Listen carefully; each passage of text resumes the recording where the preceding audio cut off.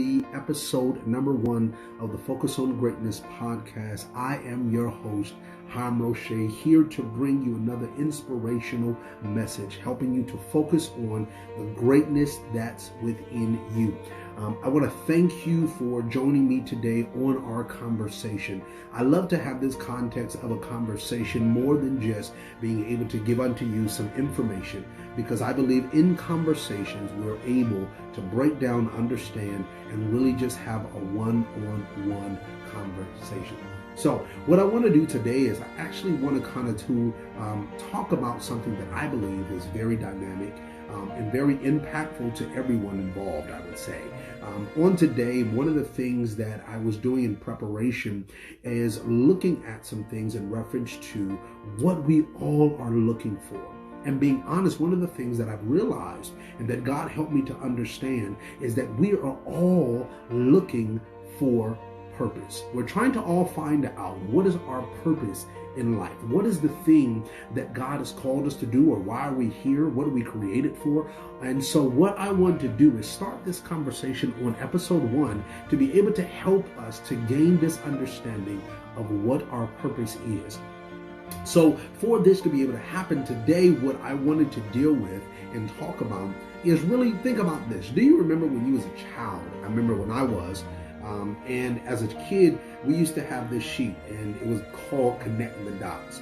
On this sheet, it was basically, when you looked at the paper, it was basically a blank sheet. It was a blank page full of dots. But what you realized was that after you connected the dots, after you connected one thing to another, you started to realize that in these connecting of the dots, you started to be able to see a picture. At the end of everything, that when you were done, you were able to see something at the end that you did not see in the beginning, you did not see in the middle, you was not able to really clarify or understand what the full picture of this was until you got to connecting all the dots. Then you was able to realize what this picture is. I believe that just like that sheet of paper, or just like the concept of connecting the dots, I believe that that is the same thing with us. Our life in some form is just like this concept of connecting the dots. I believe throughout life we go through different things, different trials, different temptations, different scenarios, different transitions in our lives. And all of these things that we go through are helping to connect the dots to get us to a specific picture in our lives, which I personally believe is this concept or idea of purpose. Now, before we get in, I am grateful for all those that are already on. What I ask you to do is please share this, but also what I want you to do is I want you to say hi. Just acknowledge that you're in the room, because I want to be able to acknowledge you as well as you have stepped in. And so just come on, say hi to me. Let me know that you are here, so that as we go through this conversation, we can have this one-on-one conversation together. So what I want to do is I'm going to use someone in the Bible named Joseph. And I believe that this person allows us to be able to understand the concept of what we'll be dealing with tonight. Again, what we're going to be talking about tonight is this concept of, this is the title, I guess you would say, of what we'll be talking about, is connect the dots. Again, I'm going to say it one more time. Connect the dots. For all that are on, go ahead and put that in, comment that in, connect the dots. Now, with this man named Joshua, just to kind of give us all on the same playing field, I want us to understand what was going on, what was happening in his life as he continued as he gets to a specific place in his life. And hey, Valon, how you doing? Good to see you on. And what I want to do is I want to go to Genesis chapter 45, verses 7. Genesis chapter 45, verses 7. Now, in Genesis chapter 45, verse 7, it says this, and I'll read this, and then I'll bring us up to the storyline so we can all have a clear understanding of what's going on. It says, and this is Joseph actually speaking to his brothers at this specific time, and you'll understand what all it transpired or happened as we go through this. He says this, and God sent me before you to preserve you a posterity in the earth, and to save your lives by a great deliverance. I'm going to read it one more time. He says, and God sent me before you to preserve you a posterity in the earth and to save your lives by a great deliverance. Now, in this context of Joseph's life, what we see is Joseph first starts off in Genesis, over there in Genesis chapter 32, I believe it is. And as he starts off, it introduces him as being this dreamer, this young man at the age of 17 years old that had a dream. And in this dream, he realized and saw some things that he shared with his brother. Or his brothers. He was the youngest at this time, him and one other younger brother, but he was the youngest at this point of time. And he's sharing this with all of his older brothers, that in this first dream that he had, the dream was that all of his brothers would bow down unto him, and he basically would be their leader. And then we realize that later on it shows us that later on he has another dream. And in this other dream, he shares not only with his brothers, but he shares it with his father and his mothers. And he shares with them and let them know this other dream that he had, that basically they would bow down unto him and he would be their leader. And so what we realize is there were some things that was shown to him, that was given unto him, this dream that was given unto him in the beginning, again in his 17th year of his life, it was given unto him at this moment. And then you start seeing different transitions and movements that start to happen in his life, getting him to this place. Now, one of the things that we see, the first thing that we see is not only was his brothers angry or they did not like him, one of the reasons why they did not was because scripture shows us and allows us to see that at this moment in time, he is the favorite out of all. He is the favorite out of all of the children in the house. He is the favorite. And so what ends up happening in this moment is his brothers already don't like him. Now he's telling them about dreams, about him being their leader, and they're going to bow down to him. And so as he's looking at this, as they are looking at this, they're not liking him at all, which is clearly understood based upon a brother and, sibling type context. We understand that. But what ends up happening is it gets to a point where his brothers, not only do they put him in a pit, which they did, they put him in a pit, but then they sold him off to a merchant. Now, this merchant sells him now, later on, he sells him to these Egyptians, to a man named Potiphar. Now, Potiphar was a very well-known man in Egypt. He was second in command, and he was the one that was over all the guards. He was security in a nutshell. He was second in command, so he had power, he had authority. And now this young man named Joseph, this dreamer, has now walked in as a slave. Now, I'm prepping all of this for a purpose and reason. And again, for those that are coming on, please, as you come on, just say hi so I can know you're in the room, as well as please make sure that you are sharing with your friends, your family members, because what we're going to share tonight, I believe personally, that it is vitally important. And so what we see ends up happening is, again, Joseph is now just getting sold into unto Potiphar as a slave. He's working with him, and all of these things transition. He goes through some highs, he goes through some lows, he goes through some scenarios where he feels like he is forgotten, and there's different things that transpire throughout his life. But then he gets to a point where now he has been entrusted with all of this authority, all of this power, because of certain things that we're going to deal with tonight. And he is given all of this, and now there is a famine that happens in the land. And because of the wisdom, the instruction, the guidance that he has given, they in Egypt now have all the wealth, have all the food that is needed, and people are now coming from all over to gain this stuff from them. Now his siblings now are come. And in this moment, they are actually starting to do what he dreamt about at the age of 17. Now we're going to work somewhere. We're going to go somewhere in a minute. What he saw in his dream has now transpired because of the position that he's in and because of all of these things. Now he plays, I want to say personally, like a game with them. because they don't know that he is their brother, but at the same time, he knows that they're his brother, and they're going back and forth in this motion of things. But what ends up happening is he finally reveals himself to these brothers. I'm rushing through this storyline, but I'm doing it intentionally. He finally shares with his brothers that this is who he is. And he says this scripture context that we just read, and I'm going to read it again. Genesis chapter 45, verses 7. And God sent me before you to preserve you a posterity in the earth and to save your lives by a great deliverance. What we see here is that the end game of why he had to go through all the things that he had to go through was for a purpose.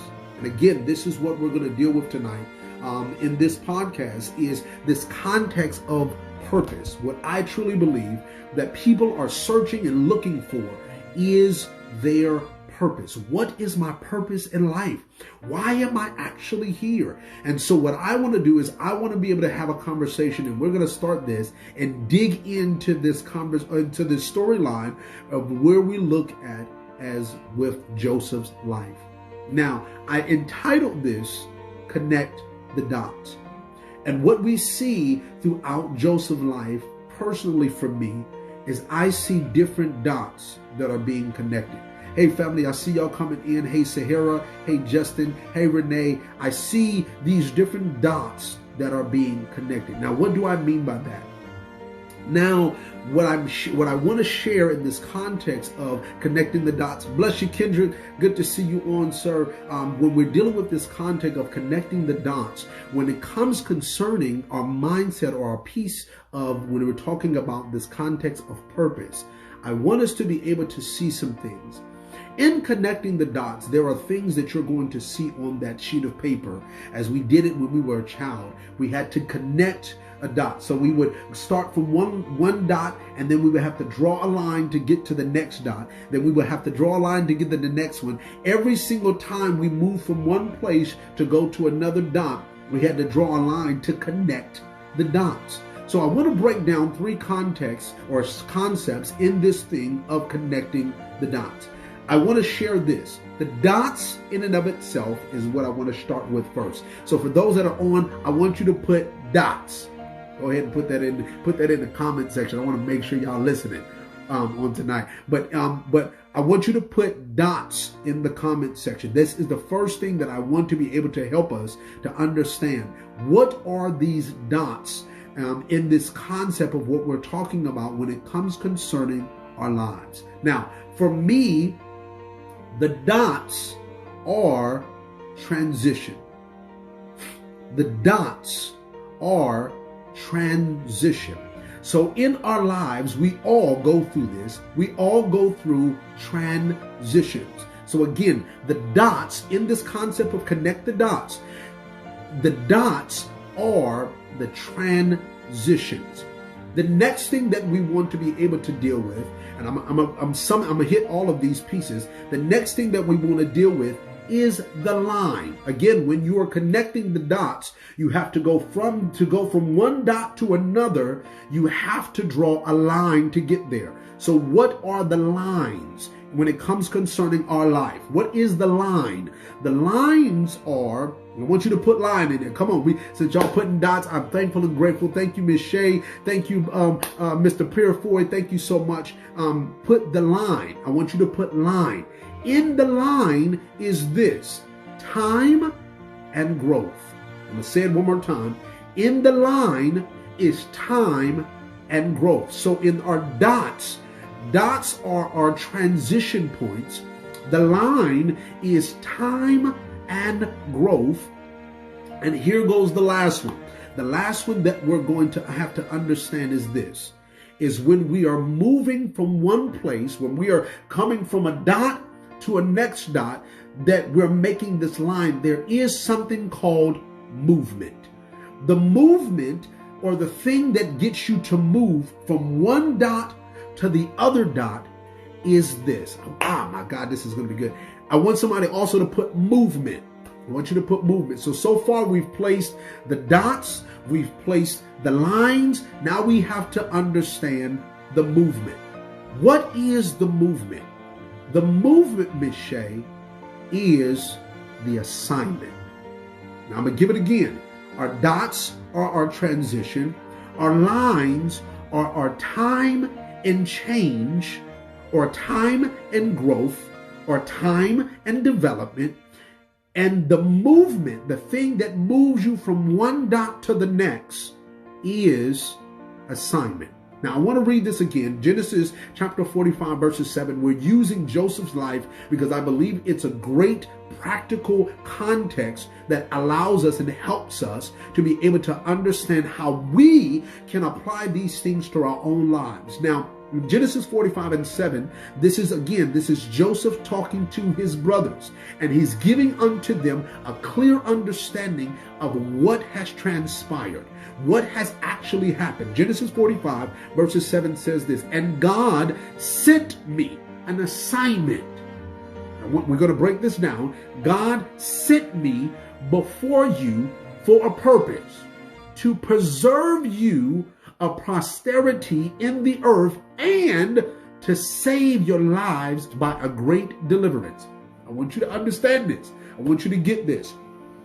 He shares with them two things. He shares with them that there was an assignment and there was a purpose. I want you to see this.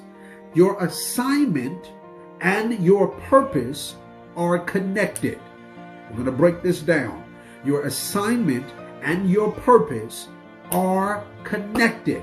Now, I want you to hear this because I think one of the things that I start to realize and I start to see is that in every assignment that God has placed on our lives, because it's connected to your purpose, it allows, it gets to a point in our lives, I'll say it this way, it gets to a point in our lives where because we have been focused so much on what is my purpose, that sometimes I truly believe we miss out on the assignments. And if the assignment is the movement to get us from one transition point to another transition point, then what that means is we might not be moving. That might mean also that we might not be growing. And sometimes what I think happens is when we are moving from one transition point to another transition point because God is releasing us to do something, an assignment on our lives, what ends up happening is we get stagnant because of the line.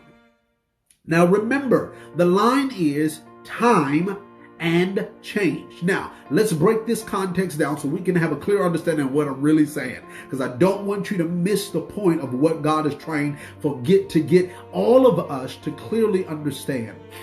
When Joseph was 17, he had a dream. In his dream, he saw all of these things transpiring. Now, some people that are probably going to be listening, some people that are already on, you might be saying, I didn't have a dream. I didn't get no vision. I don't know what my purpose looks like. I don't know any of these things. Understand, everybody didn't get a dream. There's a man named Noah. The scripture doesn't show that he had a dream. The scripture doesn't show that he was told at a young age that he was going to build an ark. It wasn't. So it's not one of those things where everyone has a dream. But what I will say is everyone is born with a purpose. So you might not have a dream. In reality, you might not even know what your purpose looks like. But what you do know is that you cannot stop moving. You have to continually have movement. So what we see in Joseph's life is Joseph got a dream at the age of 17. And the question that I start asking myself is, wait a minute, God, if you gave him the dream at 17 that he was going to be a leader, why did it take so long for him to be a leader? And then it helped me to realize the reason why there took some time and there took some growth and there took many transitions in Joseph's life is because every transition, about to help somebody. Every transition, every line that we have to go through, time and change, time and growth, time and development, is to get you ready for your purpose. Let's say that again. Every transition, every assignment that you are sent on, every transition, every line that you have, every time of growth, every time and development, every time and change is to get you ready for your purpose. Now, I am going to say this because I want to be able to give some form of definition so we can all be on the same page of this understanding. The definition for transition is this: movement or change from one position, state, stage, or subject or concept to another. So you cannot say that you are transitioning, or I have transitioned, or I am growing if you have not moved. Now, I want you to hear this. I'm not saying that you have to move, that we're moving in age. No, I'm not dealing with age. I'm dealing with your movement in development, in maturing. You don't mature by age, you mature by growth. So if you are not growing, if you are not developing, then you are taking the time and making this time frame, I believe, longer in some sense for you to be able to get to your point. Also understand this context, that the scripture shows us that sometimes there was a woman in the New Testament, there was a woman, it was an older woman that literally her only purpose in life, hear me, God help me, her only purpose in life was to be able to wait for the Messiah, to wait till Jesus was born so she could announce that he was the one. And when she announced that he was the one, she says, I've been waiting for you to come. Now I've completed my purpose. Now I can go and I can die in peace because I've completed my assignment. Let's look at a man named Noah. Noah was born in the lineage of a mighty man of God named Enoch. Now Enoch, as the Bible shows, Enoch had a grand relationship. One of the greatest relationships with God. Noah is his grandchild. And the scripture says and shows that in one passage it shows that he was born. Years go by. He gets married. He has children. Years go by. And then we see God speaking to Noah about building an ark. The question again is, why so much time? If what you needed him to do was so vitally important, and what you called him and you birthed him with a purpose, why take all this time? Because what we realize is in between the fullness of this picture, there was assignments that you have to be moving to, that you have to be transitioning for, and continue your movement until your picture is complete. Now, I do want to point this out in this context, is in your transitions and in your context, which I believe is the real struggle, is this moment of time and change.